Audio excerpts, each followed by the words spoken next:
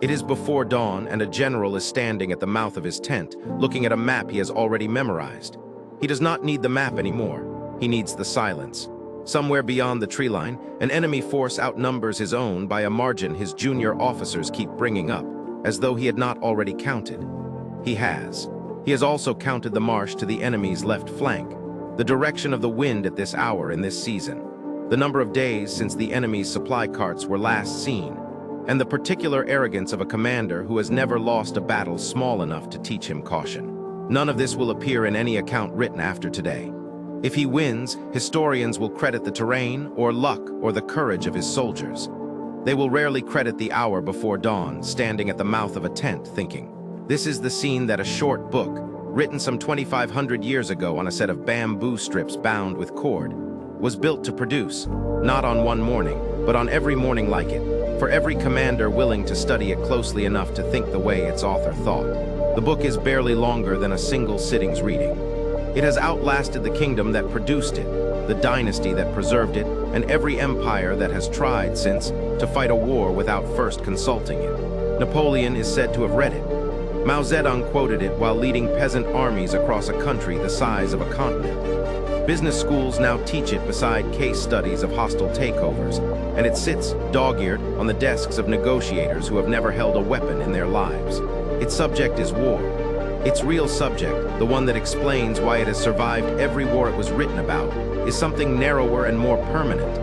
How a mind under pressure, facing a stronger opponent with less information than it would like, decides what to do next without losing itself in the process. That is where this story begins. Not with a battle, but with the river country that produced the man who first wrote it down. The Yangtze does not announce itself. It arrives slowly out of the western mountains, gathering silt and weight, until by the time it reaches the eastern plains, it has become something closer to a moving country than a river.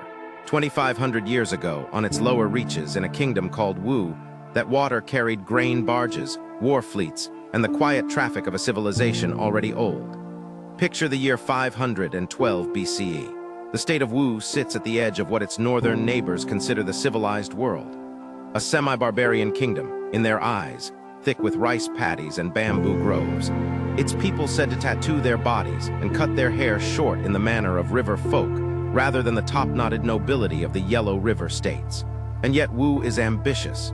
Its king, Helu, has seized the throne through assassination, and now wants something more permanent than power taken by knife in a fish's belly at a banquet. He wants a kingdom that can survive him. China at this moment is not one country. It is dozens of them, nominally bound to a Zhou king who commands no army and collects no real allegiance, while beneath him a shifting cast of dukes, marquises, and self-declared kings carve the land into rival states. Chu, Qi, Jin, Qin, Wu, Yue, locked in a contest that will run on and off for over 5 centuries. Historians would later split this era in two. The spring and autumn period, when war still followed something like chivalric rules, and the warring states period that followed it, when those rules had burned away entirely, and annihilation became an acceptable goal. Sun Tzu lived at the hinge between the two, when the old aristocratic warfare, chariots, ritual challenges, war as an extension of noble honor, was giving way to something colder. Mass infantry, professional generals, and campaigns fought for outright conquest rather than tribute. Into this kingdom, according to the earliest surviving account, walked a man from the neighboring state of Qi. His name was Sun Wu. History would remember him by the honorific attached to his name, Sun Tzu, Master Sun, and forget almost everything else about him. We do not know his birth year with certainty. We do not know where he is buried. We do not know the faces of his family, though later texts claim descendants who became generals themselves. What survives is a document, 13 chapters long, no more than 6,000 Chinese characters in total. Shorter than the script you are listening to now, that would outlive every empire it was written to serve. It is worth sitting with that fact for a moment before the story moves forward. The Art of War is not a long book. It was never meant to be read the way you might read a novel, cover to cover, in an evening. It was written to be memorized, chanted, absorbed into the reflexes of a commander the way a swimmer absorbs the rhythm of a stroke. So that by the time the enemy is visible on the ridge, the general is no longer thinking about the text at all. He simply moves as the text would move.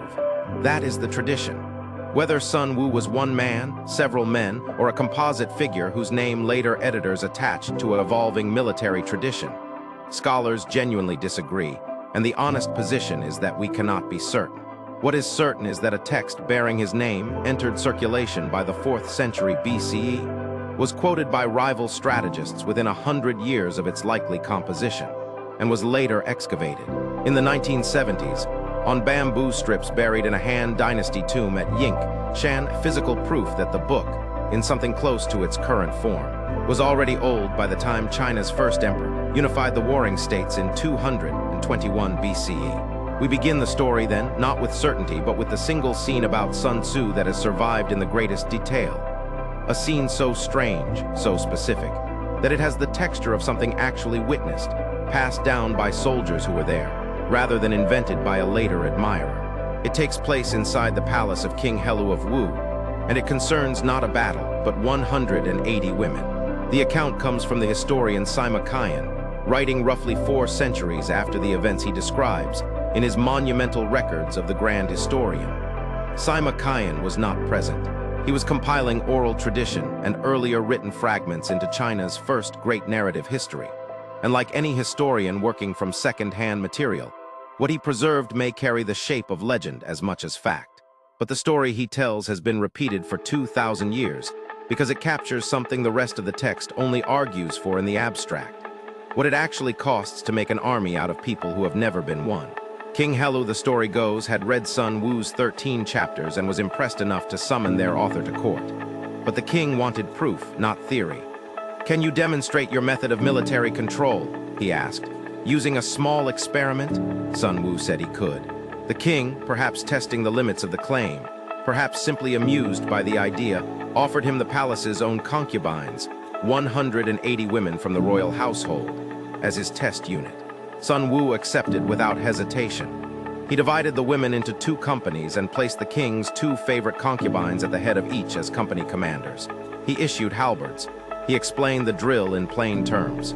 On the first drum roll, face front, on the second, face left, on the third, face right, on the fourth, face about. He asked if the instructions were understood. The women said yes. He beat the drum. The women laughed. Sun Tzu is said to have responded not with anger, but with a kind of procedural patience that is, in its own way, more unsettling than anger would have been. "If the instructions are not clear," he said, "and the soldiers are not familiar with the commands, that is the fault of the general." He repeated the drill instructions a second time, in full, more carefully than before. He beat the drum again. The women laughed again. This time, Sun Tzu changed his diagnosis. "If instructions are clear and the soldiers still do not obey," he said, "that is the fault of the officers." He ordered the 2 company commanders, the king's 2 favorite concubines, brought before him for execution. King Helu, watching from a raised platform, understood the demonstration was about to become something he had not anticipated. He sent a message down. He had seen enough. He was now convinced of the general's ability, and he would be extremely displeased if these 2 particular women were killed, since without them, he said, his meals would no longer taste of anything. Sun Tzu's reply is the axis on which the entire story turns. "I have already received your majesty's commission to be general," he is recorded as saying, and when a general is at the head of his army, he need not accept all of the sovereign's orders. He had the 2 women executed in front of the assembled company, appointed the next 2 women in line to replace them as commanders, and beat the drum a 3rd time. The remaining women, Sima Qian tells us, went through every movement of the drill, left, right, about face, kneeling, rising, in perfect silence, without a single sound of protest or laughter, because there was no longer any question in anyone's mind about what would happen if they didn't. Whatever else this story is, legend, parable, or history slightly polished by 4 centuries of retelling, it is not really about cruelty for its own sake. It is a claim about where discipline comes from. Sun Tzu's argument, embedded in the scene rather than stated outright, is that an army is not a collection of individually brave people. It is a system, and systems fail at the point of ambiguity, not at the point of danger. Confusion kills soldiers faster than the enemy does. And the general's first duty, before strategy, before terrain, before any of the sweeping ideas the rest of the text will lay out, is to remove ambiguity so completely that obedience becomes the path of least resistance. King Helu, according to the account, appointed Sun Tzu general of the armies of Wu despite losing 2 concubines in the demonstration. And under his command, Wu went on to defeat the much larger state of Chu, sacking its capital. A genuine turning point in the power balance of the region. One confirmed independently in other historical records, even where the concubine story itself cannot be verified. There is a reason this scene, rather than any battle Sun Tzu is credited with winning, became the story people told about him. Battles are won by many hands and explained afterward by many mouths, and credit gets diffused across a dozen contributing factors. But this scene is a laboratory. It isolates one idea. That command is a structure, not a personality, and that structure must be tested at cost before it can be trusted at scale, and shows it working in miniature on the smallest, least likely material imaginable. A group of laughing women with no military training turned silent and precise in the space of one execution. It is not a comfortable story. It was not meant to be. And it sets the tone for everything that follows in the text itself, which opens not with tactics, not with formations, not with weapons, but with a sentence about the seriousness of the whole enterprise. A sentence written so that no reader could mistake what they were about to study for a game. The first line of The Art of War in nearly every translation carries the same weight. War, Sun Tzu writes, is a matter of vital importance to the state, the ground of life and death, the road to survival or ruin. It must be thoroughly studied. Read quickly. This sounds like an obvious statement dressed up in solemn language, the kind of opening flourish a modern reader might skim past to get to the tactics. But sit with the structure of the sentence rather than its content, and something else appears. Sun Tzu is not writing a manual for soldiers. He is writing for kings, ministers, and generals, the small circle of people who decide whether a war happens at all. And his very first move is to strip the decision of any romance. There is no talk here of glory, of honor restored, of ancestral grievance avenged. There is only a cold accounting. This activity determines whether your state exists in 5 years or does not, so you had better think about it with the seriousness it deserves and not 1 degree less. This is a genuinely radical starting position for a military text of its era. The aristocratic warfare of the spring and autumn period that preceded Sun Tzu's world was shot through with ritual and display, chariot duels announced in advance. Battles paused so that a nobleman's carriage could be freed from mud. Victories that spared the defeated king's life, because killing him would violate the etiquette of the contest. Sun Tzu's opening chapter has no patience for any of that. War, in his framing, is not a stage for aristocratic virtue. It is a resource-consuming, life-destroying undertaking that a rational state enters only when the alternative is worse, and exits as quickly as the objective allows. Having established the stakes, he moves immediately to structure. Before any campaign, he writes, 5 constant factors must be weighed, and from that weighing, a wise commander can estimate the likely outcome before a single soldier moves. These 5, the way, heaven, earth, the commander, and method, form the analytical spine of the entire text, and nearly every idea that follows in the remaining 12 chapters is an elaboration of one of them. We will take each in turn, but it is worth noticing, before we do, what Sun Tzu has just done in the space of a few sentences. He has converted war from an event into a calculation. Not a calculation in the narrow sense of counting soldiers and comparing them to the enemy's number. He explicitly warns against that kind of arithmetic thinking later in the text. But a calculation in the deeper sense of asking, before anything else, do the underlying conditions favor success? And if they do not, is there any reason on earth to proceed? There is a modern parallel here that is almost too clean and worth naming carefully rather than forcing. Warren Buffett has spent much of his career describing investment decisions in language that, translated, is remarkably close to Sun Tzu's opening chapter. Buffett does not ask whether a stock will go up tomorrow. He asks whether the underlying business, its economics, its management, its competitive position justifies commitment at all. And if the answer is not clearly yes, he does nothing. Munger called this the discipline of the too hard pile. Most decisions get sorted not into yes or no, but into a third category, not yet decidable, set aside without regret. Sun Tzu's opening chapter is doing the same sorting at civilizational scale. Most wars, in his accounting, should never be fought, not because war is distasteful. He never moralizes about that, but because the calculation, done honestly, does not support it. The skill he is teaching is not how to win. It is how to know before you begin whether winning is even available to you. This is why the chapter ends where it does, with a passage that has been quoted more often and understood less often than almost anything else in the book. That all warfare is based on deception. Modern readers frequently take this as permission for dishonesty in general, a kind of ancient endorsement of Machiavellian cunning. But in context, coming directly after the five-factor calculation, it means something narrower and more useful. If you have honestly assessed the underlying conditions, the way, heaven, earth, command, method, and found that you are, in fact, capable of winning, your remaining task is to prevent your enemy from making the same accurate assessment about you. Deception in Sun Tzu's system is not a substitute for real strength. It is the art of concealing real strength, or real weakness, so that the enemy's own calculation, the one he is presumably running about you, using the same 5 factors, arrives at the wrong answer. This distinction matters enormously, and it is worth being precise about it before moving forward, because the chapters ahead will return to it again and again. A general who is weak and pretends to be strong has bought himself time, not victory. A general who is strong and pretends to be weak has set a trap.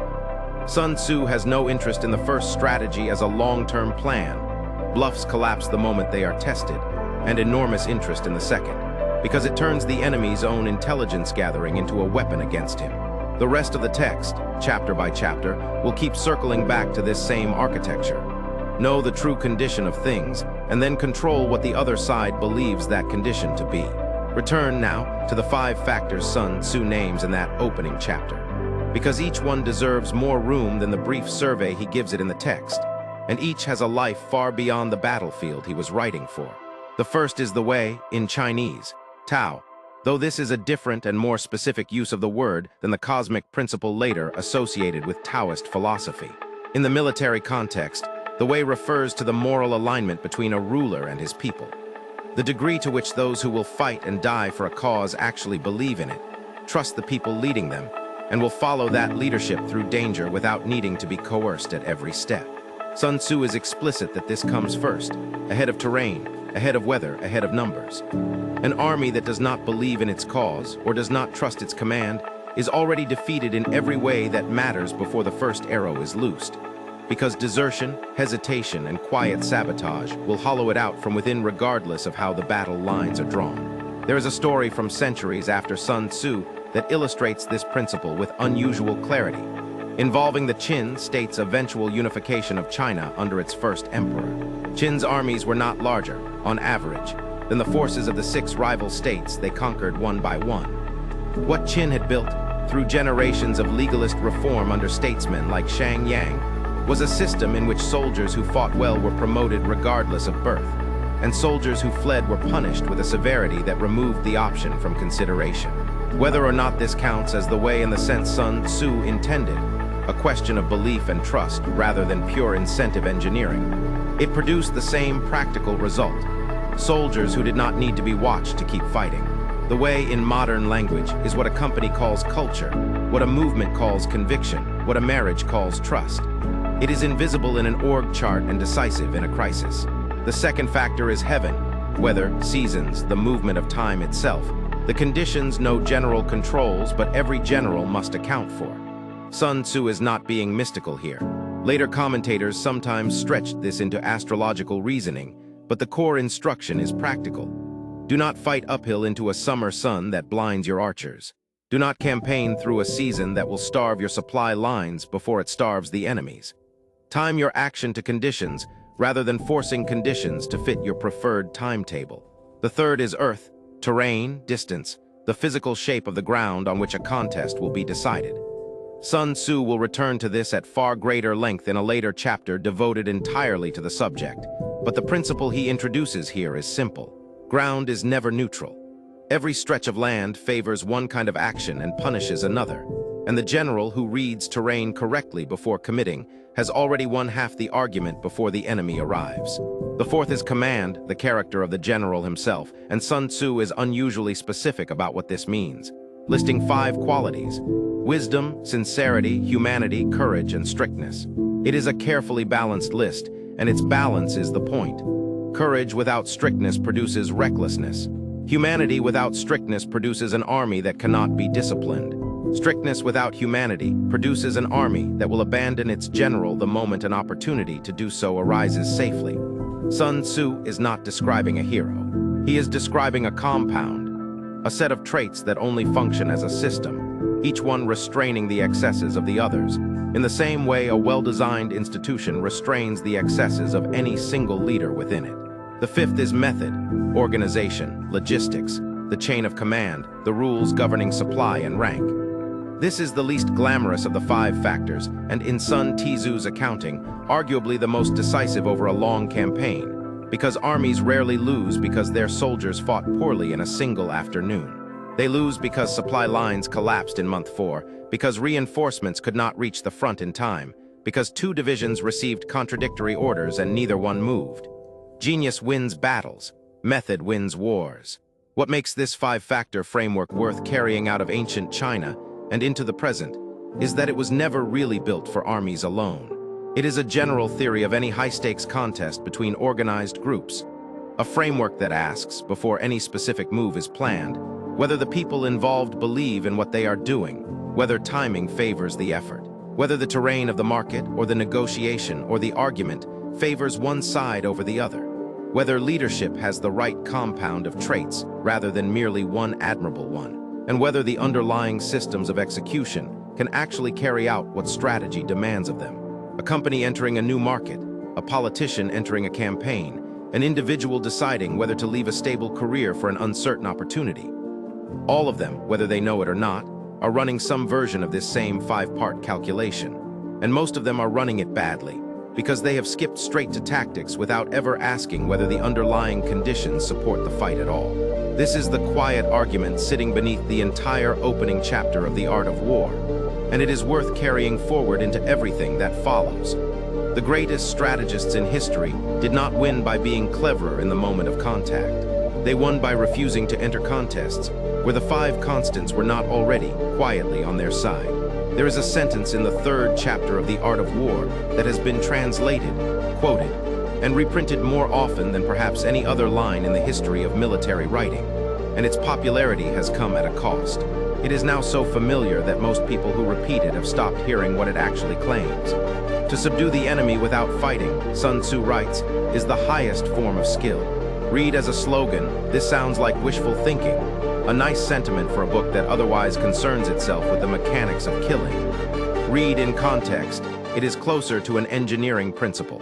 Sun Tzu has just finished ranking the available strategies for defeating an enemy state, from best to worst, and the ranking is worth walking through in full, because the logic behind it explains almost every decision the rest of the book will recommend. The worst option in his ordering is to attack a walled city directly. He describes siege warfare in language that borders on horror for a text so otherwise clipped and economical. Months spent building siege engines and mantlets, soldiers dying in numbers by the thousand, while the general, out of frustration at the delay, orders them to swarm the walls like ants, only to lose a third of the army without the city having fallen at all. This is not a moral objection to siege warfare. It is a cost accounting. A besieged city is, by definition, the enemy fighting from his position of maximum advantage, and a general who chooses to attack there has chosen the single most expensive way available to achieve his objective. One step above that is attacking the enemy's army in the field, costly, but less catastrophically so than a siege, because at least the terrain has not been chosen entirely by the defender. Above that is attacking the enemy's alliances, disrupting the coalition of states or interests that support him, so that he finds himself isolated before a single battle is fought. And at the very top, the option Sun Tzu ranks as genuinely superior to all the others is attacking the enemy's plans themselves, identifying his strategy early enough, and disrupting it thoroughly enough that the campaign he intended to fight becomes impossible to execute, and he is forced either to abandon his aims or to fight on ground and terms that favor you rather than him. Notice what this ranking actually optimizes for. It is not fighting the fewest battles for its own sake, as though restraint were a virtue Sun Tzu admired in the abstract. It is minimizing cost relative to the value achieved, and Sun Tzu is explicit elsewhere in the text. That war which is not swiftly concluded drains a treasury faster than it fills one, no matter how many battles are won along the way. A general who wins every battle but bankrupts his state in the process has not, by this accounting, succeeded. He has simply lost more slowly than a general who lost outright. This is the frame that makes sense of the book's most famous line. Winning without fighting is not superior because violence is distasteful to Sun Tzu. He never once moralizes about the human cost of war in the way a modern reader might expect, and there is no reason to believe he held pacifist sympathies of any kind. It is superior because it is cheaper, and because a war concluded before it starts leaves the winning state's resources, population, and infrastructure intact for whatever comes next. Every battle you avoid is an army you still have. Every siege you sidestep is a city you can tax next year instead of one you have to rebuild. There is a genuine parallel here in how the most disciplined value investors describe their work, and it is worth naming carefully because the resemblance is structural, not decorative. Warren Buffett's often repeated preference for businesses with a durable moat, a competitive advantage strong enough that rivals cannot profitably attack it, is, in Sun Tzu's terms, a description of an enterprise that has already won without fighting, a company protected by network effects, brand loyalty built over decades, or genuine cost advantages does not need to spend itself into exhaustion defending market share every quarter, the way a company with no real advantage must. Buffett does not admire moats because he dislikes competition. He admires them because a business that never has to fight for its position can direct its full resources toward growth instead of defense, in exactly the way Sun Tzu's ideal general directs his army's full strength toward objectives rather than sieges. The chapter that contains this famous line also introduces a companion idea that receives far less popular attention, but matters just as much: the danger of a sovereign who interferes with an army from a distance. Sun Tzu names 3 specific ways a ruler can bring calamity on his own forces: ordering an advance or retreat without understanding whether the army is actually capable of it; attempting to administer the army using the same methods used to administer civil government; and appointing officers without regard for the actual circumstances they will face on the ground. In each case, the underlying failure is the same.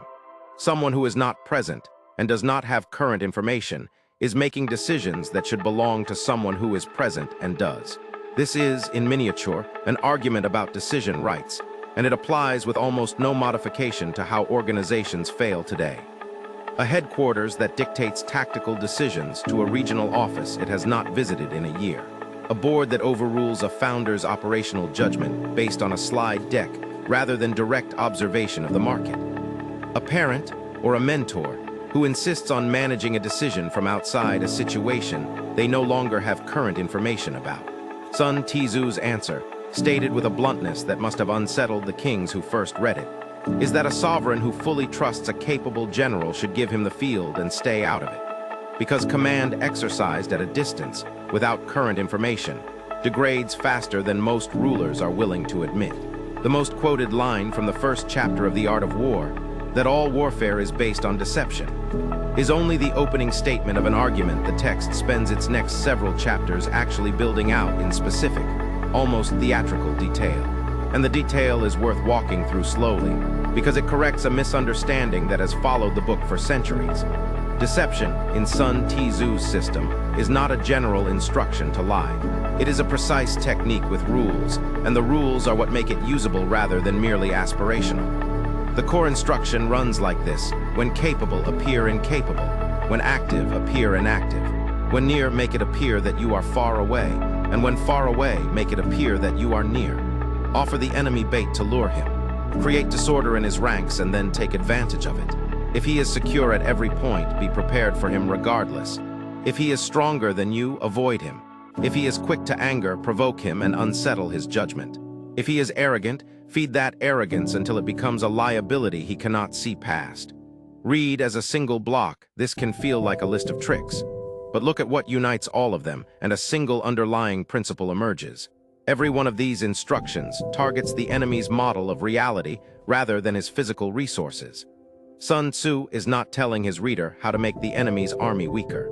He is telling his reader how to make the enemy's picture of the situation wrong, so that the enemy's own decisions, made in good faith, using what he believes to be accurate information, end up working against him. This is a genuinely different kind of warfare than simply massing greater force at a single point. and it explains why Sun Tzu spends so little of the text discussing weapons, formations, or the mechanics of combat itself, subjects that dominate most other military writing of comparable age. His interest is almost entirely in the layer above combat, the layer of perception, expectation, and belief that determines where combat happens, on whose terms, and whether it needs to happen at all. Consider the specific instruction to appear weak when strong. This only works, and Sun Tzu clearly understands this, because the enemy is himself running some version of the five-factor calculation from the opening chapter, weighing whether a fight is worth entering. A general who conceals genuine strength behind an appearance of weakness is not lying in the abstract. He is deliberately feeding false inputs into a specific decision process he knows the enemy will run, so that the enemy's own rational calculation, not his irrationality, his rationality, produces the wrong conclusion. This is a far more sophisticated form of deception than simple bluffing, because it does not rely on the enemy being foolish. It relies on the enemy being sensible and reasoning correctly from bad information toward a bad decision. The historical case most often cited to illustrate this principle comes centuries after Sun Tzu, from the Three Kingdoms period, involving the strategist and warlord Cao, who studied and annotated the art of war so extensively that his commentary remains one of the most respected in the text's long tradition, a subject the film will return to later. But even without reaching that far forward, the logic is visible in the text's own examples. Sun Tzu describes armies that raise dust to suggest chariots approaching from a direction where none are massed, that scatter branches to suggest firewood gathering where none is needed, that leave campfires burning after a retreat to suggest an army still encamped. None of these tricks require overwhelming force. They require only an accurate understanding of what the enemy is watching for, and the discipline to feed exactly that expectation false information. There is a psychological principle embedded here that modern behavioral science would later formalize under different names: confirmation bias, the tendency of a mind that has formed an expectation to interpret ambiguous new information as confirming what it already believed, rather than updating toward the truth. Sun Tzu did not have this vocabulary, but his instructions exploit precisely this tendency. An enemy commander who has already concluded, based on early signs, that his opponent is weak and disorganized will interpret subsequent ambiguous evidence through that same lens, becoming steadily more confident in a false picture the longer the deception is sustained. This is why Sun Tzu places such emphasis on patience in his deceptions. A single false signal is easily corrected by a cautious opponent, but a sustained pattern of false signals, consistent with an expectation the enemy has already formed, becomes self-reinforcing in the enemy's own mind, requiring no further effort from the deceiver at all. It would be a mistake, though, to read this chapter as license for dishonesty in ordinary life, and it is worth being precise about where the analogy holds and where it stops. Sun Tzu's deception operates in a context of declared mutual conflict. Two armies that both know they are adversaries, each attempting to outthink the other within an understood contest. It does not describe and cannot honestly be stretched to justify, deceiving people who have not consented to be your adversary, a colleague, a partner, a friend. The lesson worth carrying forward from this chapter is narrower and more defensible. In any genuine competitive contest, where both sides know they are competing, the side that controls what the other side believes about the situation controls the terms on which the contest will be fought, often before either side has spent a single resource on it. Imagine standing at the edge of a valley in the state of Jin, sometime in the 6th century BCE, watching two armies decide, without a word exchanged between their commanders, that neither one will be the first to descend onto the open floor below. Both generals can see the same terrain. Both understand that the army which holds the high ground can watch the other's every movement, choose the moment of engagement, and force the climbing army to fight uphill, exhausted, into prepared positions. Neither one is willing to surrender that advantage by moving first. The battle, when it eventually comes, will be decided less by the courage of either army's soldiers than by which general more accurately read the ground before a single arrow was loosed. Sun Tzu devotes an entire chapter of the art of war to terrain, and it is, on the surface, the most technical and least universal-seeming section of the book. A catalog of ground types, from accessible ground to entangling ground to precipitous ground to ground so distant and narrow that neither army can safely commit to it. A modern listener with no interest in ancient Chinese military logistics could be forgiven for assuming this chapter has aged out of relevance entirely. A relic of an era before satellite imagery and mechanized transport made the physical shape of a battlefield less decisive than it once was. That assumption misses what the chapter is actually teaching, which is not really about soil and elevation at all. It is about the discipline of reading your operating environment honestly before deciding how to act within it, and refusing to let ambition or urgency substitute for that reading. Sun Tzu's classification of ground types is, in essence, a taxonomy of situations, each one demanding a different response. And his repeated warning throughout the chapter is that generals fail not because they misjudge the enemy, but because they misjudge the ground they have chosen to fight on ground that either side could have assessed correctly in advance, with sufficient patience. Consider his description of what he calls contentious ground, terrain so valuable that whichever side occupies it first gains a decisive advantage, meaning that a general who arrives second should not attempt to dislodge the occupier by force, since the position itself now favors the defender regardless of the relative skill of the two commanders.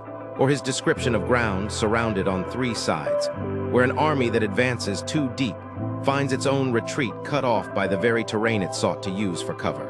Or, most vividly, what he calls desperate ground, a position so exposed that the army occupying it can survive only by fighting immediately and with total commitment, since any hesitation guarantees destruction. Sun Tzu's advice for desperate ground is characteristically counterintuitive. A wise general, he says, does not merely avoid such ground when possible, but occasionally places his own troops on it deliberately, because soldiers who understand they cannot retreat will fight with a ferocity that soldiers with an open escape route rarely summon. This is the origin of a phrase that would echo through Chinese military history for 2,000 years afterward, placing an army where it must either fight or perish, so that it fights. The general principle sitting underneath all of these specific classifications is one that translates cleanly into almost any domain of competitive decision-making. The same action taken on different ground produces entirely different outcomes, and the ground itself is not neutral information.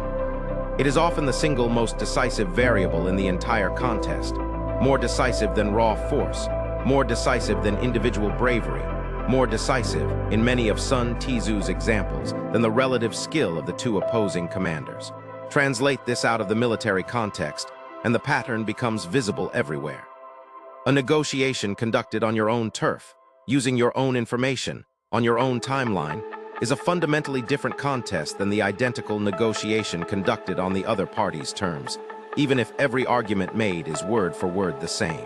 A business that enters a market where an established competitor has already built distribution, brand trust, and regulatory relationships is fighting on contentious ground. And Sun Tzu's advice: do not attempt to dislodge an occupier of valuable ground through frontal force, has been independently rediscovered by generations of business strategists who describe exactly the same phenomenon using terms like first-mover advantage and entrenched incumbency. A person entering a difficult conversation on someone else's emotional terrain, their home, their crisis, their timeline, is fighting, in Sun Tzu's vocabulary, on ground chosen entirely by the other party. And the wise response is rarely to charge forward with the strongest argument available. It is to recognize the shape of the ground first, and choose whether, when, and how to engage accordingly. What makes this chapter genuinely difficult to apply, and what separates a mediocre reading of Sun Tzu from a serious one, is that reading terrain honestly requires setting aside what you want to be true about your position in favor of what is actually true about it. An ambitious general wants to believe the valley below is favorable ground, because descending into it offers the fastest route to the engagement he is eager to fight. Sun Tzu's entire chapter is a warning against exactly that substitution, the replacement of clear-eyed assessment with wishful interpretation, dressed up as boldness. The generals he holds up implicitly as models are not the boldest ones. They are the patient ones, willing to wait, sometimes for weeks, until the ground itself has shifted in their favor, understanding that the terrain will not lie to them even when their own ambitions might. There is a number in the second chapter of The Art of War that modern readers tend to skip past, assuming it belongs to a category of ancient specificity that no longer applies. Sun Tzu's estimate that a campaign involving 1,000 four-horse chariots, 1,000 supply wagons, and an army of 100,000 men would cost. In grain alone, roughly 1,000 pieces of gold per day. The number itself is not the point.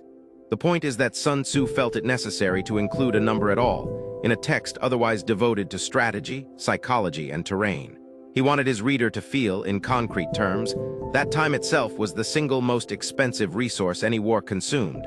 More expensive, over a long enough campaign, than soldiers or weapons or territory.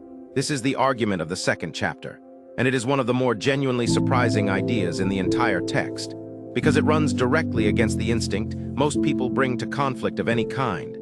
The instinct to believe that persistence is itself a virtue, that staying in the fight longer is inherently admirable, that withdrawal or swift conclusion represents some kind of failure of will. Sun Tzu has no patience for this instinct whatsoever. He states, without qualification, that there has never been a case of a country benefiting from a prolonged war, and that while a clumsy, fast victory is preferable to a brilliant, slow one, no one has ever seen a case of cleverness associated with long delays paying off in the end. The logic behind this claim is economic before it is strategic. An army in the field consumes resources whether it is fighting or not.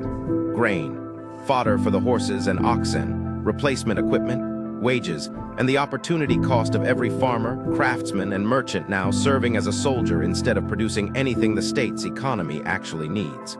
Sun Tzu is explicit that a state which keeps its army in the field for a prolonged period will find its resources insufficient, and that neighboring rulers, watching this exhaustion unfold, will take the opportunity created by that weakness to move against the exhausted state themselves. Meaning that a war fought too long does not merely fail to achieve its original objective. It actively creates new vulnerabilities the original war was never meant to invite. This is why Sun Tzu places such unusual emphasis, for a military text of his era, on capturing rather than destroying, advising generals to feed their armies from the enemy's own territory, rather than shipping supplies across long distances, to seize enemy chariots and turn them against their former owners rather than burning them, to treat captured soldiers with sufficient decency that they can be absorbed into one's own forces rather than needing to be guarded or eliminated. Each of these instructions serves the same underlying goal, shortening the war and reducing its total cost by converting what would otherwise be a drain on resources into an addition to them. The parallel to how disciplined investors think about capital allocation is, again, close enough to be worth stating plainly rather than dismissing as coincidence. Charlie Munger's frequently repeated warning about the danger of a great business bought at too high a price, or a mediocre business kept running past the point where it still made economic sense, echoes Sun Tzu's argument almost exactly. The danger is rarely the initial decision to commit resources. The danger is the failure to recognize, once conditions have changed, that continuing to commit resources no longer serves the original objective, and that sunk cost, money, time, reputation already invested, is not a legitimate reason to keep investing further. Sun Tzu's second chapter is, in essence, an argument against exactly this trap, applied to the most costly form of commitment a state can make. A war continued past the point of diminishing returns is not evidence of resolve. It is evidence of a decision-maker who has stopped running the calculation and started running on momentum instead. There is a final, quieter idea buried in this chapter that deserves its own attention before moving forward, because it complicates the popular image of Sun Tzu as a cold, purely calculating strategist. He writes that the true object of war is not conquest for its own sake, but the restoration of a stable and profitable peace, that a wise general seeks to break the enemy's resistance without prolonged destruction, precisely because the state he intends to rule or trade with or coexist beside once the war concludes is worth more to him intact than it would be worth to him destroyed. This is not a moral argument, in the sense that Sun Tzu never invokes compassion or justice as reasons to limit the destruction of war. It is, once again, an economic one, but it arrives, by a different road entirely, at a conclusion that a more sentimental thinker might have reached through moral reasoning alone. That the wisest use of force is always the smallest use of force capable of achieving the actual objective, because everything beyond that minimum is waste, and waste, in Sun Tzu's accounting, is the one thing a competent strategist can never justify. Late in The Art of War, in a chapter concerned with the varied, changing nature of tactical situations, Sun Tzu reaches for an image that has done more to shape how later generations understood his entire philosophy than perhaps any specific instruction in the rest of the book. Military tactics, he writes, are like water. Water avoids high ground and hurries downward. An army avoids strength and strikes weakness. Water shapes its course according to the ground over which it flows. An army manages its victory according to the situation of the enemy it faces. And just as water has no constant shape, he concludes, there are in warfare no constant conditions. It would be easy to read this as poetry, a pleasant metaphor dropped into an otherwise technical text to lend it a little grace. But the image is doing real conceptual work, and it is worth understanding exactly what worked before moving past it, because it resolves a tension that runs through the entire book, one a careful reader will already have noticed by this point. Sun Tzu has spent chapter after chapter offering specific, sometimes very detailed advice. How to read particular kinds of terrain, how to respond to particular kinds of enemy behavior, when to advance and when to hold. A reader looking for a fixed system, a set of rules to memorize and apply mechanically, could be forgiven for trying to extract exactly that from the text. The water chapter exists in large part to close off that reading. There is no fixed system. Every piece of specific advice in the book is conditional on circumstances that will not repeat themselves identically twice. And the general who has simply memorized Sun Tzu's rules without understanding the deeper judgment that produced them will apply the wrong rule at the wrong moment with the same confidence as if he had applied the right one. This is why Sun Tzu insists, elsewhere in the same chapter, that just as the 5 elements are not always predominant, and the 4 seasons make way for each other in turn, the days grow long and short, and the moon waxes and wanes, so too must a commander avoid any fixed method, adapting his approach constantly to the shape of the specific contest he faces. The genius he is describing is not a genius of superior rules. It is a genius of perception, the capacity to see accurately what is actually happening in front of you, moment to moment, and respond to that reality rather than to a memorized template that may no longer fit it. There is a specific failure mode this water image is designed to prevent, and it is a failure mode visible across every domain where strategy matters, not merely warfare. It is the failure of the strategist who won using a particular approach once, and then applies that same approach again in a superficially similar but substantively different situation, because the previous success has calcified into a rule rather than remaining a single data point. Sun Tzu's water metaphor is, among other things, a warning against exactly this calcification. Water that carved a channel through soft earth does not attempt to carve the same channel through granite. It finds the new path the new ground actually offers. The military historian and biographer of Napoleon, David Chandler, observed that Napoleon's early campaigns showed exactly this water-like adaptability, a willingness to abandon standard 18th century linear tactics in favor of whatever formation the specific terrain and the specific weakness of the specific enemy actually demanded, and that his later campaigns, after 2 decades of success, had hardened certain preferences into habits, showed a corresponding loss of exactly that adaptability, contributing to defeats against enemies who had, by then, studied and adjusted to his earlier patterns.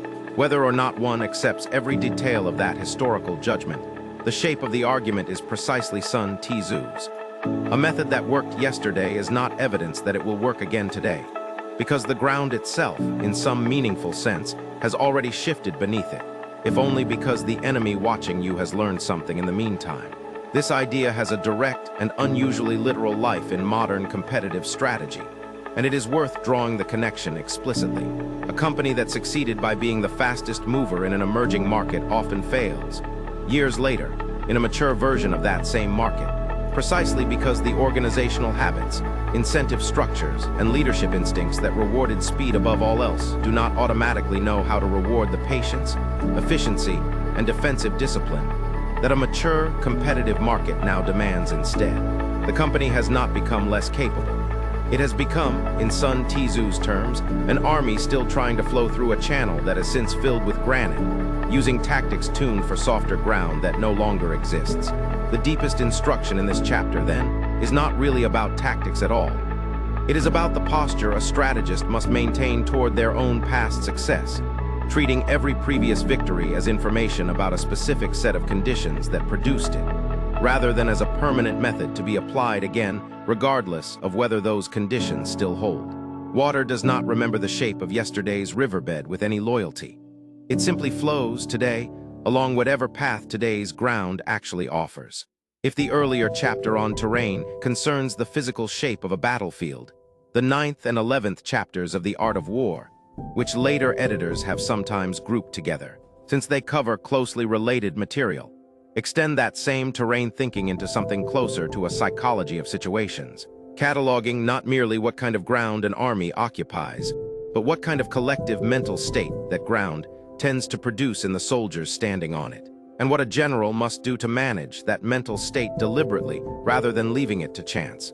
Sun Tzu identifies 9 categories in total, ranging from what he calls dispersive ground, territory close to home, where soldiers, aware they are near their own families and fields, tend to think more readily of retreat than of victory, since the cost of losing feels psychologically recoverable, through to what he calls, again, desperate ground, the most extreme category, where an army finds itself so deeply committed, so thoroughly cut off from retreat, that survival itself depends entirely on winning the engagement in front of it, with no fallback position remaining at all. What makes this catalog more than a restatement of the earlier terrain chapter is Sun Tzu's insistence that each category calls for a specific kind of leadership intervention, not merely a specific tactical response.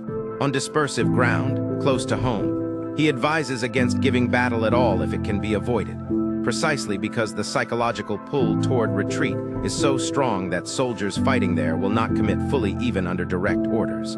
On what he calls contentious ground, discussed earlier, the instruction is patience rather than aggression. But on desperate ground, his advice inverts entirely. Fight immediately with total commitment, because the psychological condition of the ground itself, the absence of any alternative, will produce a ferocity in ordinary soldiers that easier circumstances never could.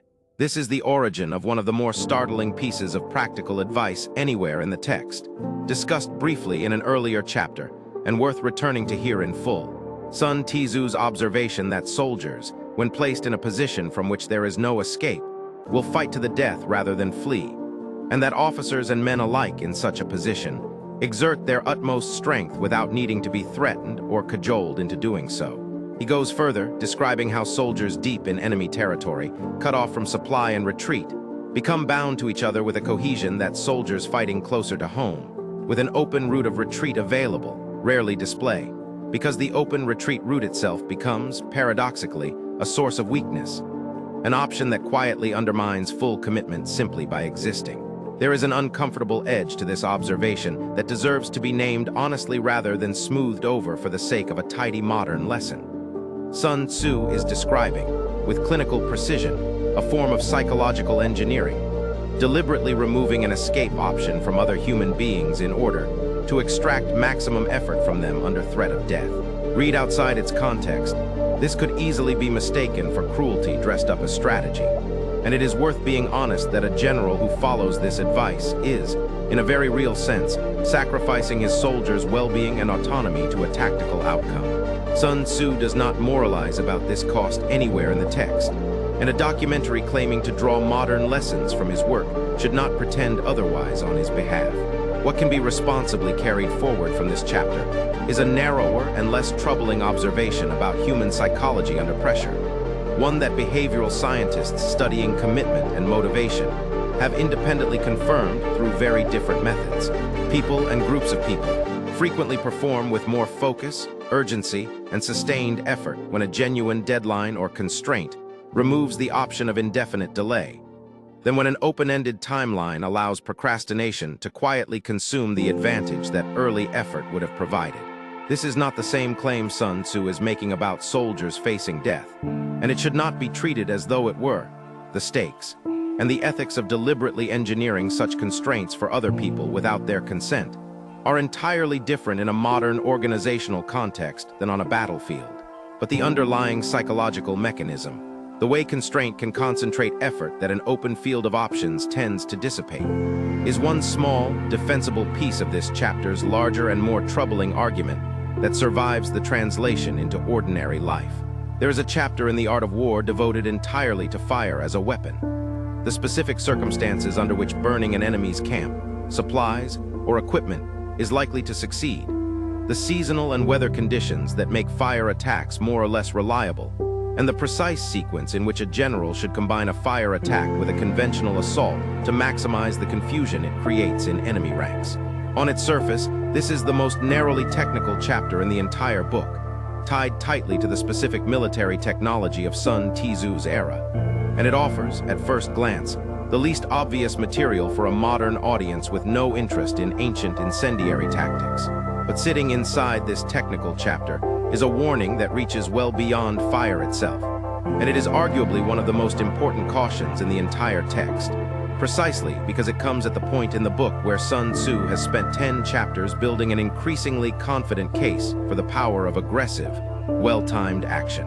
Having spent so much of the text advising decisive strikes, exploited weaknesses, and swift victories, Sun Tzu pauses here to warn against exactly the kind of force he has spent the preceding chapters recommending, if that force is not tied to a clear and worthwhile objective. A ruler, he writes, should not mobilize an army out of anger, and a general should not give battle out of resentment. If it is to the state's advantage, act. If it is not, stop. Anger can, in time, turn back to happiness, and resentment can, in time, turn back to satisfaction. But a state that has been destroyed cannot be restored, and the dead cannot be brought back to life. Therefore, he concludes, the enlightened ruler is prudent, and the good general is cautious. This is the principle by which a country is kept secure and an army preserved.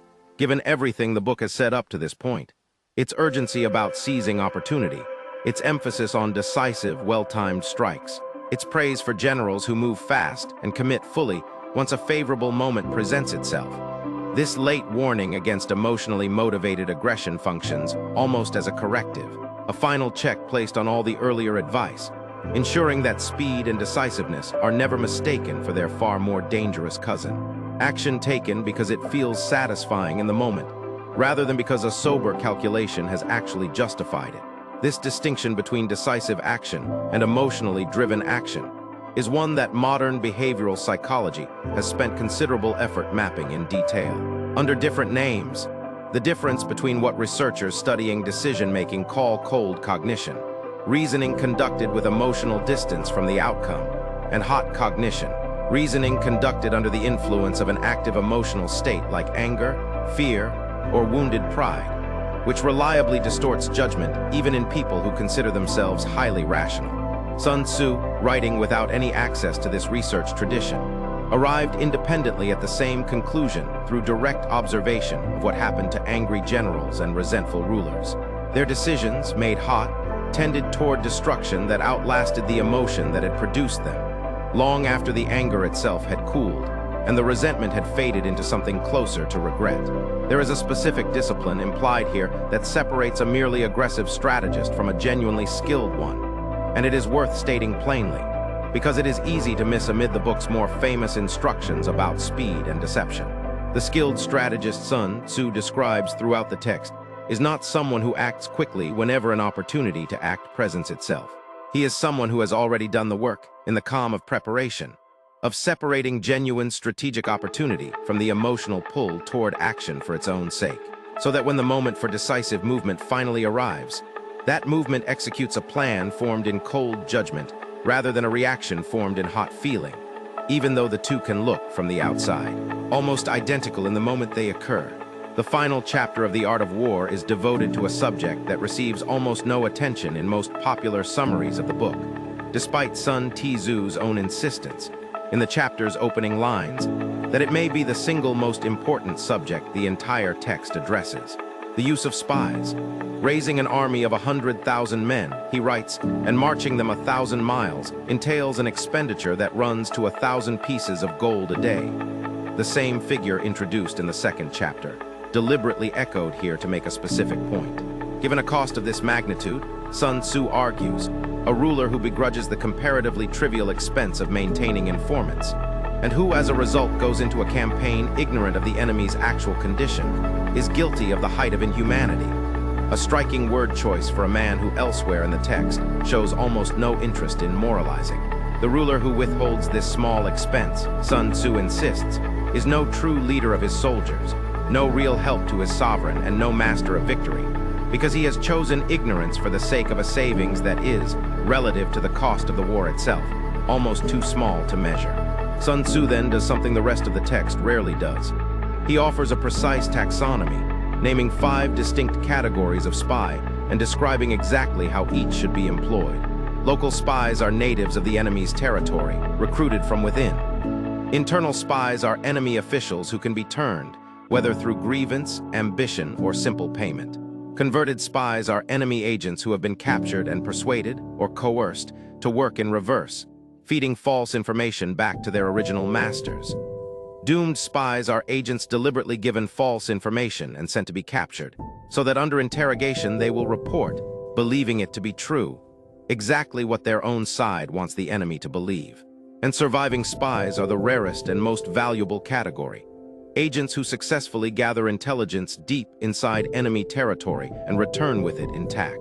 The chapter's culminating claim, and the one that gives this entire final section its weight, is that the general who manages to employ all 5 types of spies simultaneously, weaving them into a single coordinated system that no enemy can fully trace or counter, possesses what Sun Tzu calls a divine skein, an instrument beyond ordinary understanding, and the most precious asset any ruler can possess.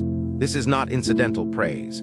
Sun Tzu closes his entire 13-chapter treatise not with a final word on tactics or terrain or the character of the ideal general, but with intelligence itself, as though everything preceding it, the deception, the terrain reading, the timing, the psychology of desperate ground, was, in the end, downstream of one single resource: accurate knowledge of the true state of things, obtained before the enemy realizes it has been taken from him. This closing emphasis reframes the entire book in a way worth sitting with before moving forward into its life beyond the battlefield.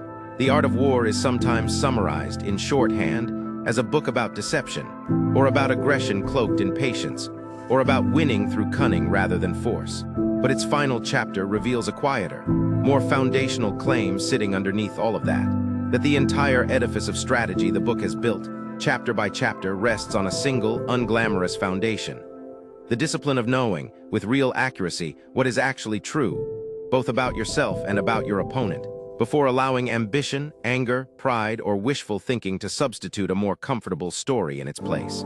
Every general Sun Tzu praises across the text's 13 chapters, in the end, shares this one trait before any other. They were willing to pay the cost, in patience, humility, or gold, of finding out what was really happening, rather than proceeding on what they merely hoped was happening instead. Winter 208 CE, on the Yangtze River, roughly 6 centuries after Sun Tzu, is believed to have written the text that a warlord camped on that river's northern bank had studied more closely than almost anyone alive. Cao Cao commanded, by most accounts, a force considerably larger than the combined armies of his 2 rivals downstream: Sun Quan, ruler of the southern kingdom of Wu, and Liu Bei, a smaller warlord allied with him out of shared necessity rather than deep trust. Cao Cao had already taken the strategic north with a speed and administrative discipline that reflected, by the judgment of many later historians, a genuine mastery of exactly the principles he had annotated in his own commentary on Sun Tzu's text: decisive movement, accurate assessment of enemy weakness, the avoidance of prolonged, costly campaigns wherever a swifter path to the objective existed. At Red Cliffs, all of that discipline seems to have deserted him at once. His army, drawn largely from the north, was unaccustomed to naval warfare and reportedly suffering from disease after weeks of unfamiliar southern climate and cramped conditions aboard the fleet he had assembled. To steady his ships and reduce seasickness among troops with no experience of river combat, Cao Cao is said to have ordered his vessels chained together in tightly bound formations, creating a stable platform for his soldiers, at the cost of a vulnerability that would prove catastrophic. The Allied commander facing him, Zhou Yu, along with his subordinate Huang Gai, recognized the opportunity this decision created and moved to exploit it using a technique that reads almost as a direct citation of Sun Tzu's chapter on deception.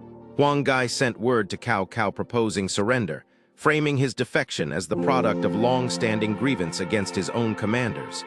A message that, whether or not Cao Cao fully believed it, arrived at a moment when his own confidence in his overwhelming numerical advantage made such a defection plausible enough to entertain. exactly the kind of arrogance Sun Tzu warns a skilled opponent will identify and deliberately feed.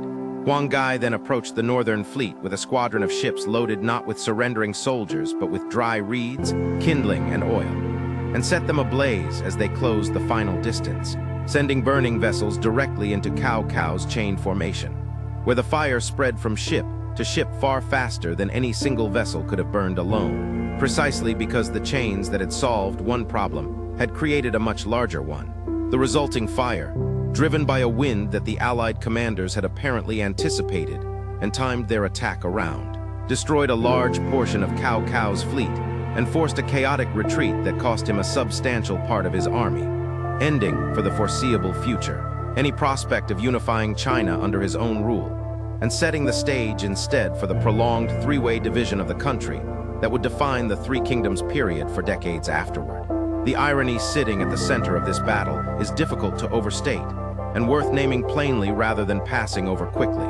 The general who had studied and annotated the art of war closely enough to produce one of its most respected commentaries, who understood, in writing, the danger of overconfidence, the power of deception exploited against an arrogant opponent, the specific tactical value of fire combined with a coordinated conventional assault, was defeated by an enemy who applied exactly those principles against him, at a moment when his own numerical superiority had allowed the very overconfident Sun Tzu warns against to creep into his judgment undetected. Cao Cao had read the text. He had not, in this instance, applied its warnings to his own state of mind, at the one moment when doing so mattered most. This is, perhaps, the single most instructive story in the entire tradition surrounding the art of war, more instructive in some ways than anything in the original text itself, because it demonstrates a gap that no amount of study alone can close. The distance between understanding a principle intellectually and recognizing, in the heat of an actual decision, that the principle currently applies to you. Cao Cao could likely have recited from memory his own commentary on the danger of arrogance in a superior force. What he could not do on that particular winter night was recognize that his own confidence had quietly slipped into exactly the condition his commentary described.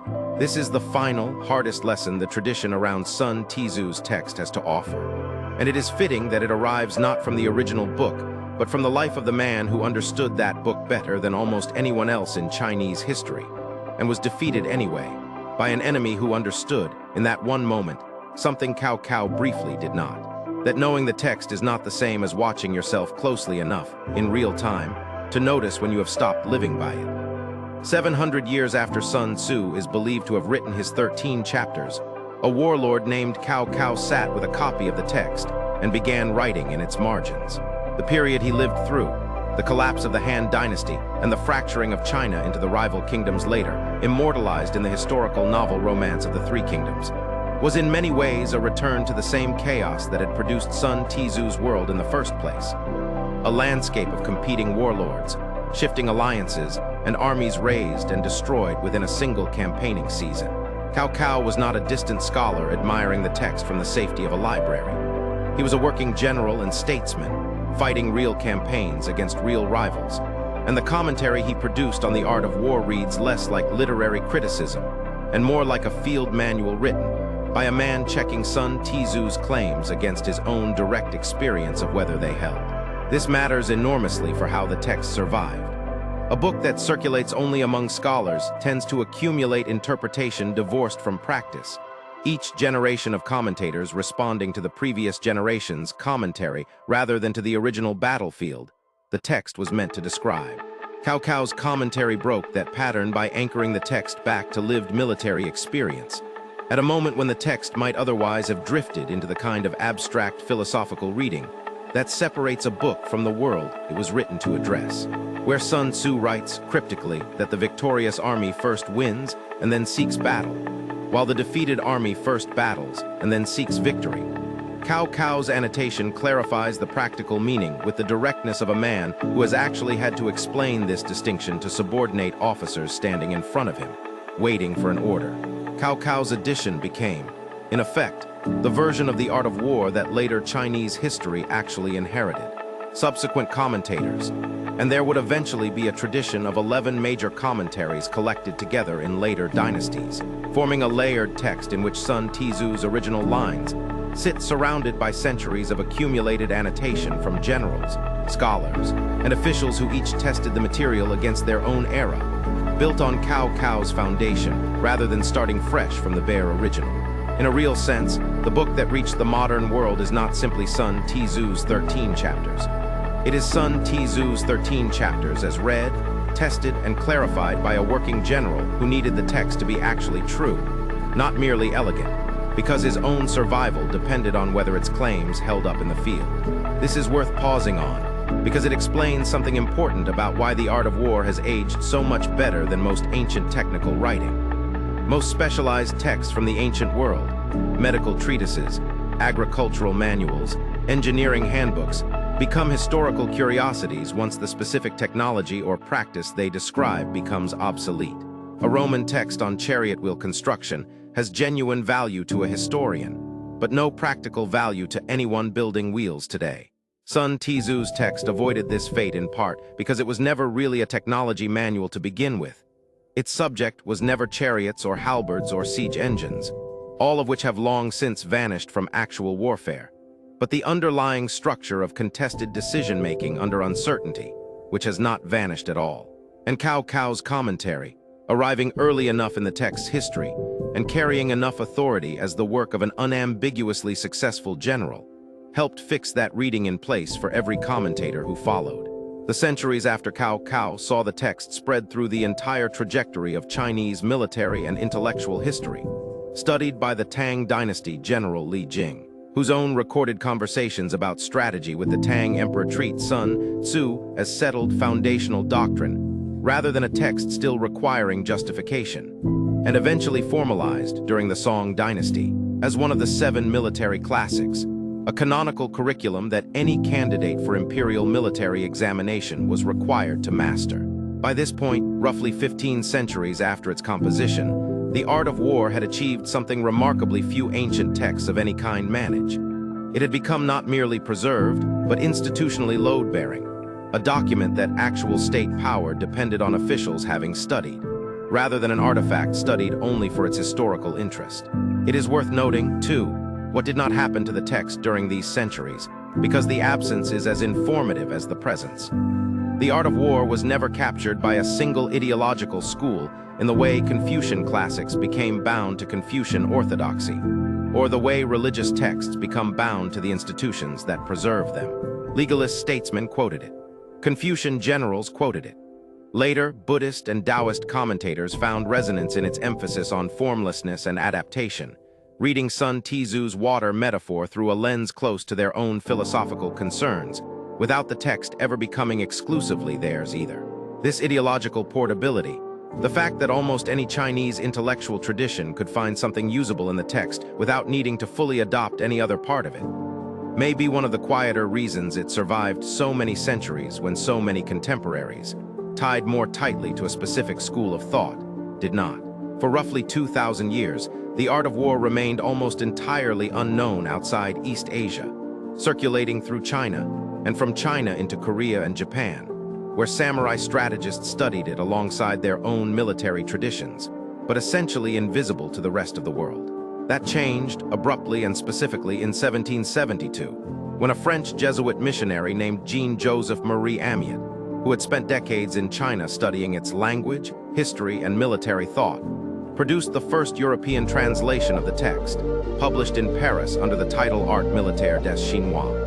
The timing of this translation's arrival in Europe is worth noting, because it landed during a period when European military thinking was itself undergoing a significant transformation, moving away from the rigid linear formations and set-piece battles of the early 18th century toward more flexible, mobile approaches to warfare. There is a persistent claim, repeated in many popular accounts, that Napoleon Bonaparte personally read and was influenced by this translation of Sun Tzu. And it is worth being honest about the actual state of the evidence here rather than repeating the claim uncritically. While Amiot's translation was in circulation in France during Napoleon's lifetime, and would have been accessible to an educated French officer of his era, no definitive documentary evidence, No letter, no marginal note, no direct quotation in Napoleon's own writing, confirms that he actually read it, and the claim, however frequently repeated, remains historically unverified rather than established fact. What can be said with more confidence is that Napoleon's own strategic instincts, particularly his emphasis on speed, deception, and concentrating force at the decisive point, rather than dispersing it evenly, bear a striking resemblance to Sun Tzu's principles. Whether that resemblance came from direct study, indirect cultural transmission, or simply the fact that gifted strategists across history tend to independently discover similar underlying truths about the nature of contested decision-making.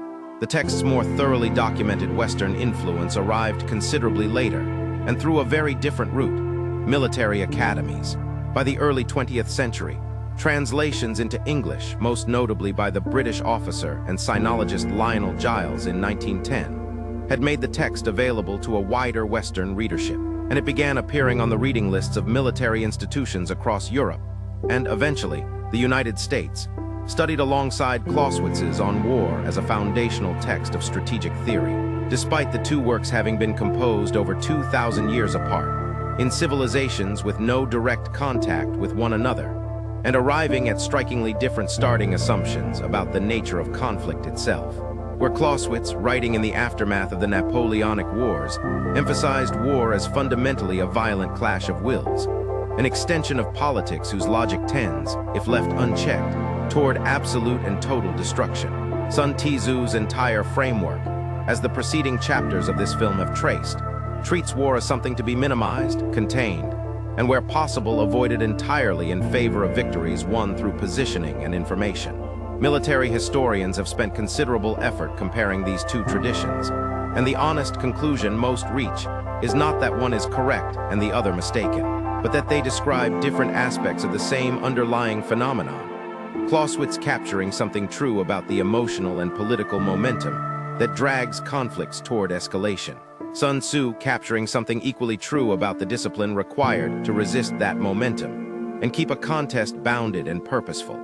The text found its most consequential 20th century reader not in a European military academy, but in the mountains of rural China, where a communist revolutionary named Mao Zedong, leading a peasant army with a fraction of the resources and conventional military power of his nationalist, and later, Japanese opponents, drew explicitly and repeatedly on Sun Tzu's principles in developing the theory of protracted guerrilla warfare that would eventually bring him to power over the entire country. Mao's own writings on military strategy, particularly his 1938 essay on protracted war, quote Sun Tzu directly and apply his logic to a specific, urgent strategic problem. How does a materially weaker force survive and eventually prevail against a materially stronger one? Mao's answer draws heavily on the Sun Tzu principles this film has already traced in detail. Avoid the enemy's strength and strike his weakness. Trade space for time when the underlying balance of force favors patience. Use terrain and mobility to prevent the stronger force from ever bringing its full advantage to bear in a single decisive engagement. And above all, never accept battle on terms chosen by an opponent who holds the material advantage. Whatever judgment history renders on Mao's subsequent rule of China, a subject well outside the scope of a documentary about ancient strategy, the specific military campaign that brought him to power stands as one of the most thoroughly documented applications of Sun Tzu's core doctrine in the entire modern era. Proof that a text written for chariot and halberd warfare in the 6th century BCE could still shape the outcome of an industrial age civil war some 25 centuries later. By the second half of the 20th century, the text's audience had begun expanding again, this time beyond military institutions entirely, into a domain Sun Tzu could not have anticipated and would likely have found strange: the language of corporate competition. It is to that migration from the battlefield into the boardroom that the story now turns. Sometime in the early 1980s, in a business environment shaped by intensifying global competition, deregulation, and a wave of corporate takeovers that made hostile acquisition attempts a regular feature of American business news. A curious phenomenon began appearing in bookstores and business school syllabi. Copies of The Art of War, repackaged and marketed not to soldiers or historians, but to executives, sitting on shelves beside titles about negotiation tactics and competitive strategy. The migration was not entirely arbitrary. Business, as a domain of organized human activity, shares certain structural features with warfare that make Sun Tzu's framework genuinely, rather than merely metaphorically, applicable. Competing organizations pursuing scarce resources, incomplete information about a rival's true capabilities and intentions, decisions that must be made and committed to before all relevant information is available, and outcomes that depend heavily on timing, positioning, and the accurate reading of a competitive landscape that is itself constantly shifting. A management consultant analyzing where to enter a market is, in a meaningful sense, running the same five-factor calculation Sun Tzu describes in his opening chapter, assessing whether organizational culture and conviction support the effort, whether market timing favors the move, whether the competitive terrain favors the entrant or the incumbent, whether leadership possesses the right balance of qualities to execute, and whether the underlying operational systems can actually deliver what the strategy demands. The parallel that business strategists have drawn most consistently from the text concerns Sun Tzu's ranking of strategic options from the chapter on winning without fighting. His argument that attacking an enemy's plans is superior to attacking his alliances, which is superior to attacking his army, which is superior to attacking his fortified position. Translated into competitive business terms, this ranking maps with unusual precision onto how the most sophisticated competitive strategists actually think about market entry. The costliest and least reliable path into a market is a direct, frontal assault on an entrenched competitor's core product, in the segment where that competitor is strongest and most prepared to defend. The business equivalent of Sun Tzu's siege warfare, expensive and often unsuccessful even when technically winnable. A more efficient path is to disrupt a competitor's alliances and partnerships, isolating them from the suppliers, distributors, or channel partners that support their position. And the most efficient path of all, echoing Sun Tzu's highest strength strategy, is to anticipate and disrupt a competitor's plans before they are even executed, identifying, through careful observation of hiring patterns, patent filings, or public statements, what a rival intends to build, and moving to occupy that strategic ground first, so that the rival's own plan becomes obsolete before it can be launched.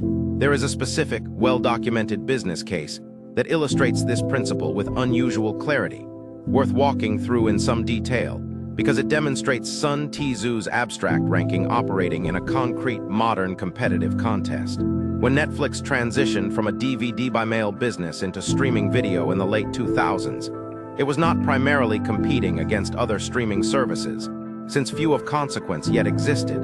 It was, in Sun Tzu's terms, reading the terrain of an emerging market and moving to occupy the most advantageous position before established competitors, including television networks and cable providers with vastly greater existing resources, had accurately assessed what the coming shift in consumer behavior actually meant for their own businesses.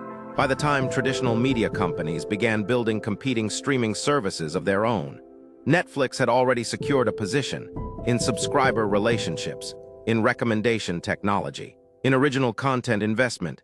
That made a frontal assault on its position at that stage prohibitively costly, in much the way Sun Tzu describes an enemy who has occupied contentious ground first, as holding a decisive advantage that raw resources alone cannot easily overcome.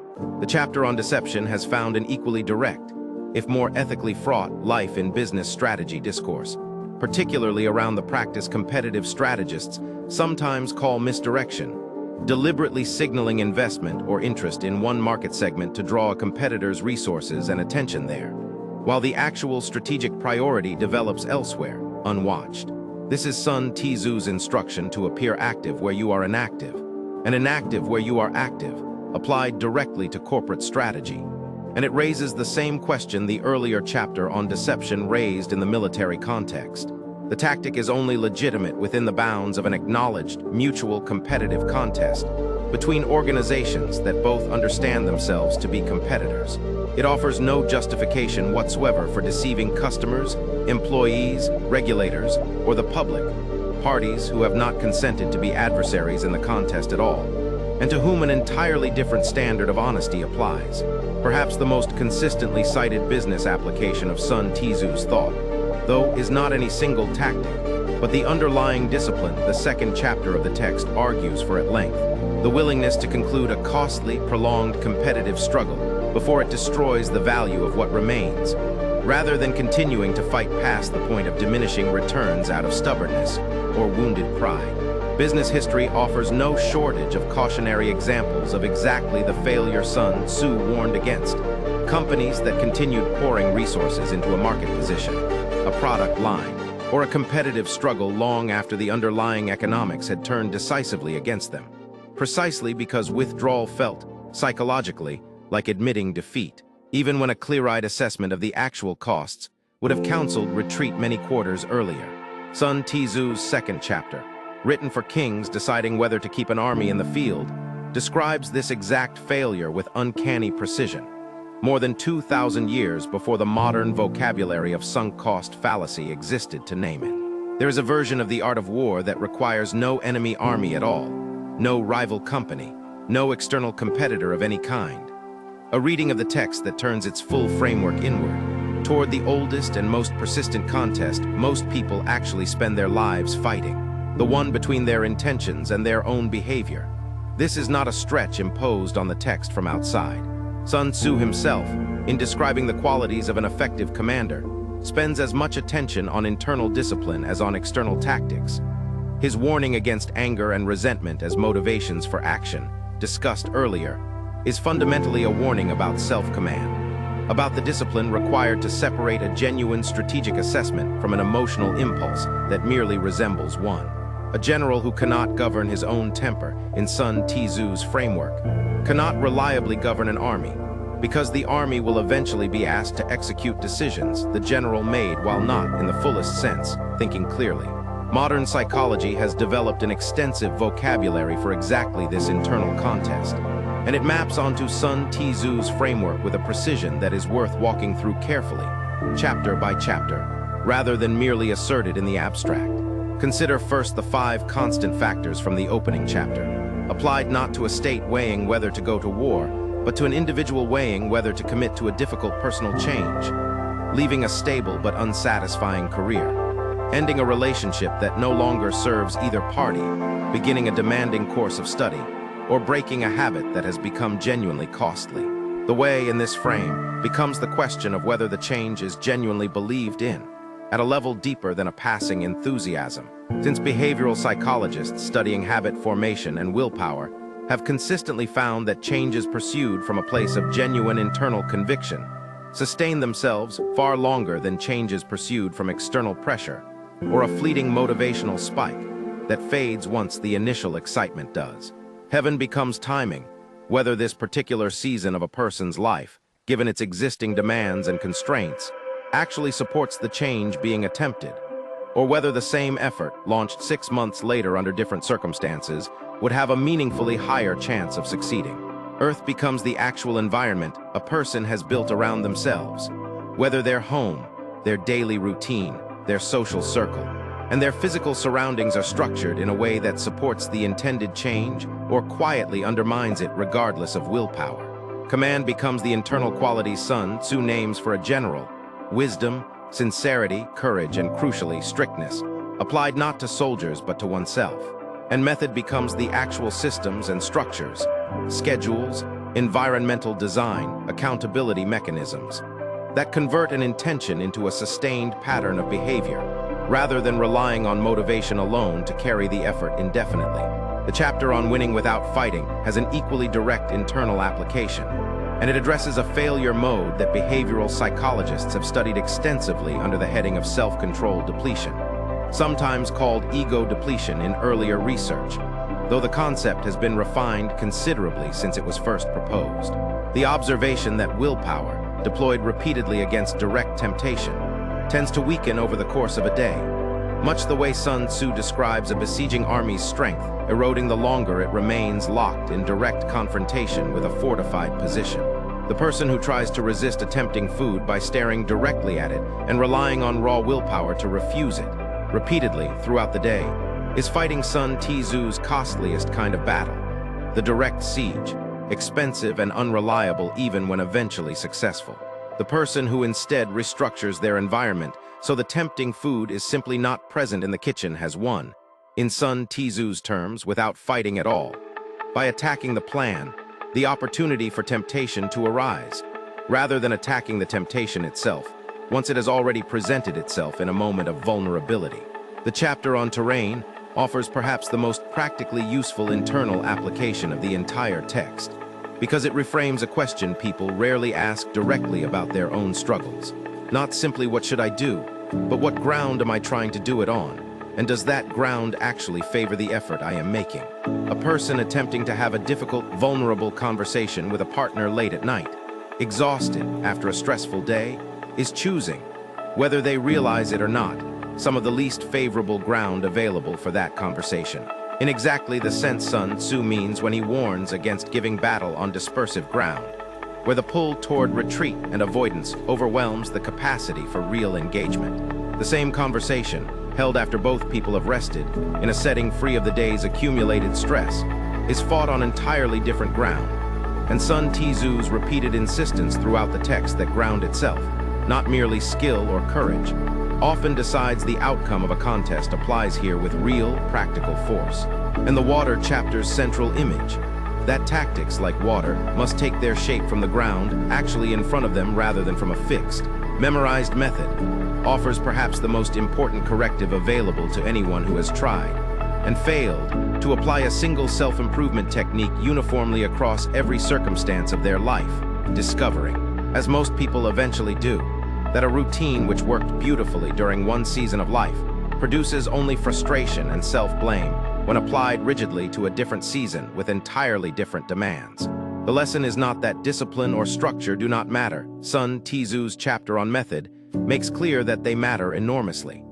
It is that the specific shape discipline takes must remain responsive to actual current conditions, rather than becoming a fixed ritual defended out of loyalty to what once worked, long after the ground beneath it has changed.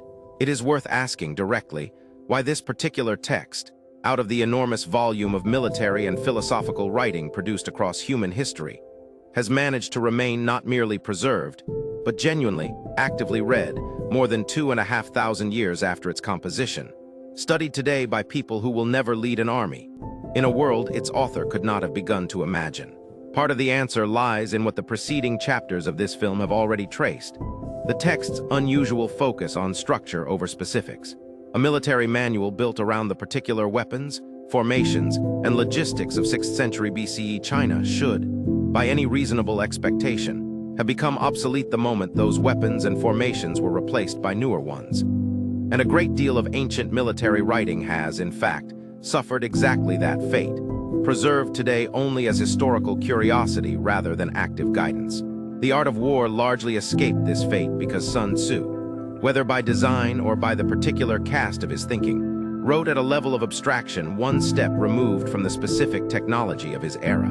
His chapters on terrain describe categories of ground rather than named battlefields.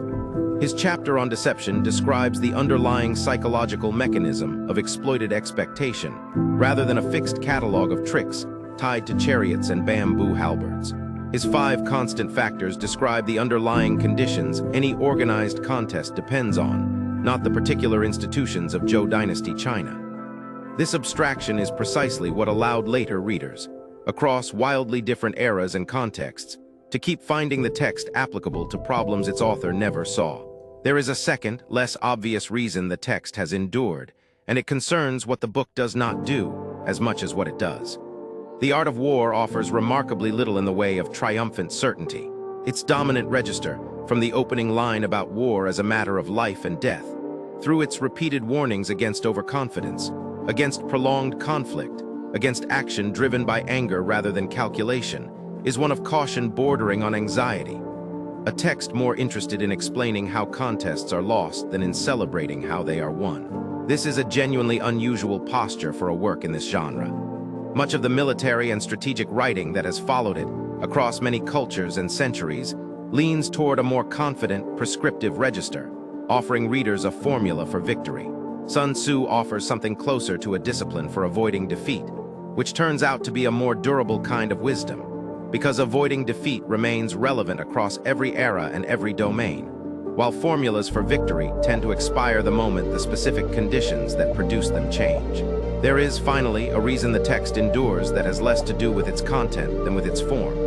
At roughly 6,000 Chinese characters, The Art of War is short enough to be genuinely absorbed rather than merely referenced, read completely, many times over, by a single dedicated reader across a lifetime, rather than consulted piecemeal, the way a much longer reference work tends to be used. This brevity, which might in a lesser text read as thinness, functions instead as a kind of compression, forcing every sentence to carry more weight than it would in a longer, more discursive work, and rewarding exactly the kind of repeated, careful rereading that has produced, across 2.5 millennia, an accumulating tradition of commentary, application, and reinterpretation that shows no sign of having reached its end. Return once more to the river. The Yangtze that carried Sun Tzu's world past its banks 25 centuries ago still moves through the same eastern plains today, though almost nothing else from that world remains unchanged. The kingdom of Wu has been gone for over 2,000 years, absorbed and reabsorbed into empires and republics that would have been unrecognizable to the king who once tested a stranger's military theory on 180 women in his own palace. The chariots are gone. The halberds are gone.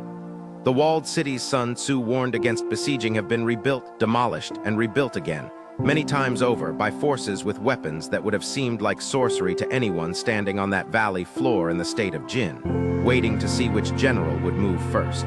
What has not gone is the underlying shape of the problem Sun Tzu spent his short book describing. Two parties, each with incomplete information about the other, each capable of misjudging timing, terrain, and their own capacity, each facing the same quiet temptation to let anger, pride, or wishful thinking stand in for honest calculation. That problem has outlived every specific form it has ever taken, from Bronze Age river kingdoms to modern boardrooms to the private, unwitnessed contest a single person wages against their own worst habits at the end of a long day. Sun Tzu did not solve that problem.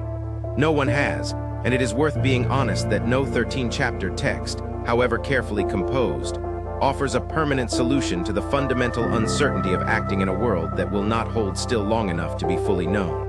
What the text offers instead, and what has made it worth returning to for 2,500 years, is a discipline for standing inside that uncertainty without being ruled by it. The patience to calculate honestly before committing. The humility to read the actual ground rather than the ground one wishes were there. The restraint to let a costly contest end before it consumes everything it was meant to protect. And the quiet, unglamorous willingness to find out what is true before deciding what to do about it. Somewhere at this hour, someone is standing at the edge of a decision they cannot fully see the shape of, a negotiation, a difficult conversation, a choice about whether to fight for something or let it go. They will not have a general's tent, or a bamboo strip of ancient counsel, or 25 centuries of commentary to consult before they move. But the same 5 questions Sun Tzu asked before any army marched are still, quietly, the right ones to ask. Whether the cause is genuinely believed in, whether the timing serves it, whether the ground favors it, whether the character brought to it is equal to what it will demand, and whether the plan can actually survive contact with the world as it is, rather than the world as it was hoped to be. The river keeps moving. It has carried away every empire that has ever tried to hold it still. What it has not carried away in 2,500 years is the small, short book written on its banks about how to think clearly before the water rises.